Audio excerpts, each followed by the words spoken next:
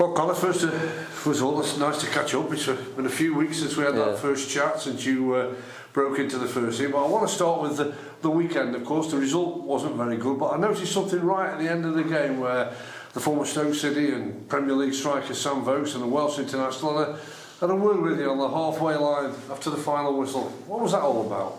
Well, he just said he thought I did really well against him for such a young player.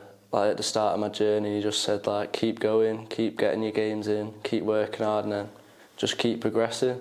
So that was nice to hear from a player like that. And he just said we had a good battle on the pitch. So yeah, it was nice to hear from him. What does that mean to you? You know, you're an 18-year-old coming out of a scholarship into a professional game, and you've got a player who's done it all and seen it all before, giving you those words. Yeah, it gives me a bit more confidence, to know that I'm able to compete against them strikers and try and hold my own against them. So I just need to take that into the next game now and try and give every striker I play against a hard game. You've played against a few top strikers, haven't you? I know he's probably one of the biggest names that you've come up against, but you've had to face a few, haven't you, in your short spell into the first team? Yeah, definitely. I think there's been a lot of different types of strikers as well. Vokes, he's a big presence, he'll grab you, and he's uses his physicality well. And then there's been other strikers when we played Oxford, more smaller, they're dribblers, they'll get at you. So it's been good to play against them different players and get different challenges from them. You've had a run of games in the team, how have you found that? What's that progress been like for you? Yeah, I think when I first came into the team, obviously it's difficult getting up to the pace and stuff. But now I've got a run of games, that's helped me to just find my feet, and now hopefully I just keep on playing more games.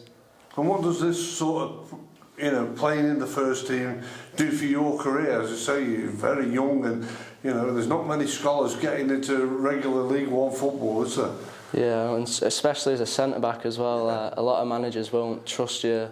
So I'm just happy that the manager's got faith in me and believes in me, and it's just brilliant for me to be playing at such a young age and just really just finding my feet and progressing in professional football. Was this the dream for when you first started out as a very youngster and coming to your training nights and then your training days and then your training weeks and growing into a scholar, but then all of a sudden you're getting close now to turning professional? Yeah, definitely. I've always known that the pathway is there at Crewe. Everyone knows that coming through the academy, so I'm just grateful now that I've been given the opportunity to play. I just want to take that now. Well, as you said to us before, you're a local boy, very close to the football club. It's hurting everybody at the moment with the results. But again, there's a lot of the youngsters in there that can learn from this experience. Is that something that you have to be positive about, even though the results aren't going well for the club? Yeah, well, of course, the results aren't good enough, and everyone knows that. And we've got to start picking up points as soon as we can. But obviously, we've got such a young team at the moment. And what's going on now will really speed up our development. So hopefully, as everyone plays more games, we'll start becoming better as a team as well, and hopefully pick up more points to make sure that we stay in the league. You mentioned that about a very young team. You're part of a very talented young group of potential players at this football club that everybody's been talking about and how well that they did it in the youth club. It must be a great feeling that you know that you're in that sort of surrounds.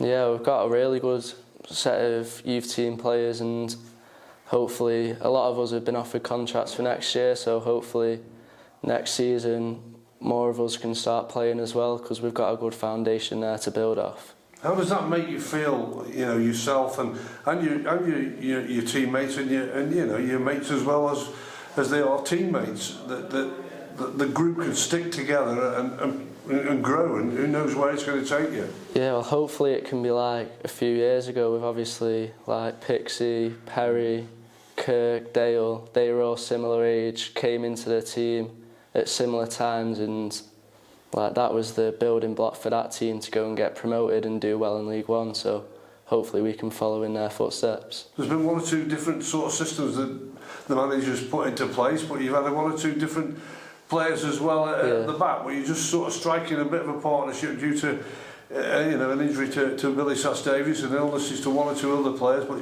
like yourself, Travis and Luke Offord, going to show good partnership, do you feel? Yeah, I've enjoyed playing with both of them, and they've helped me through the games. Obviously, they've played especially Luke Offord, he's played a lot of games now, and he's only 21, so it's just good to learn from them, and they've supported me throughout, so yeah, so hopefully we can get a good partnership. Just bringing it right up to date, Portsmouth come there, another one of the big hitters in League One, aren't they? You've got a few of those coming up, but there's still 33 points to play for. I know it's a tall order, but you've got to remain optimistic. Yeah, of course, yeah. Well, there's stranger things that have happened in football, definitely, and whenever there's a chance, we've got to go out there and believe that we have got what it takes to stay up, and we've just got to take it game by game now. Like next game, we've just got to think we've got to win this game, and then not think too far in the future. Just think for the game ahead. Are you relishing the challenge, even at this stage of your career? You can do without it. You can do it being halfway up the table, or even higher than that. But it is a big challenge. But is it again something that you learn from? Yeah, it's definitely something I learn from, and from my point of view as well.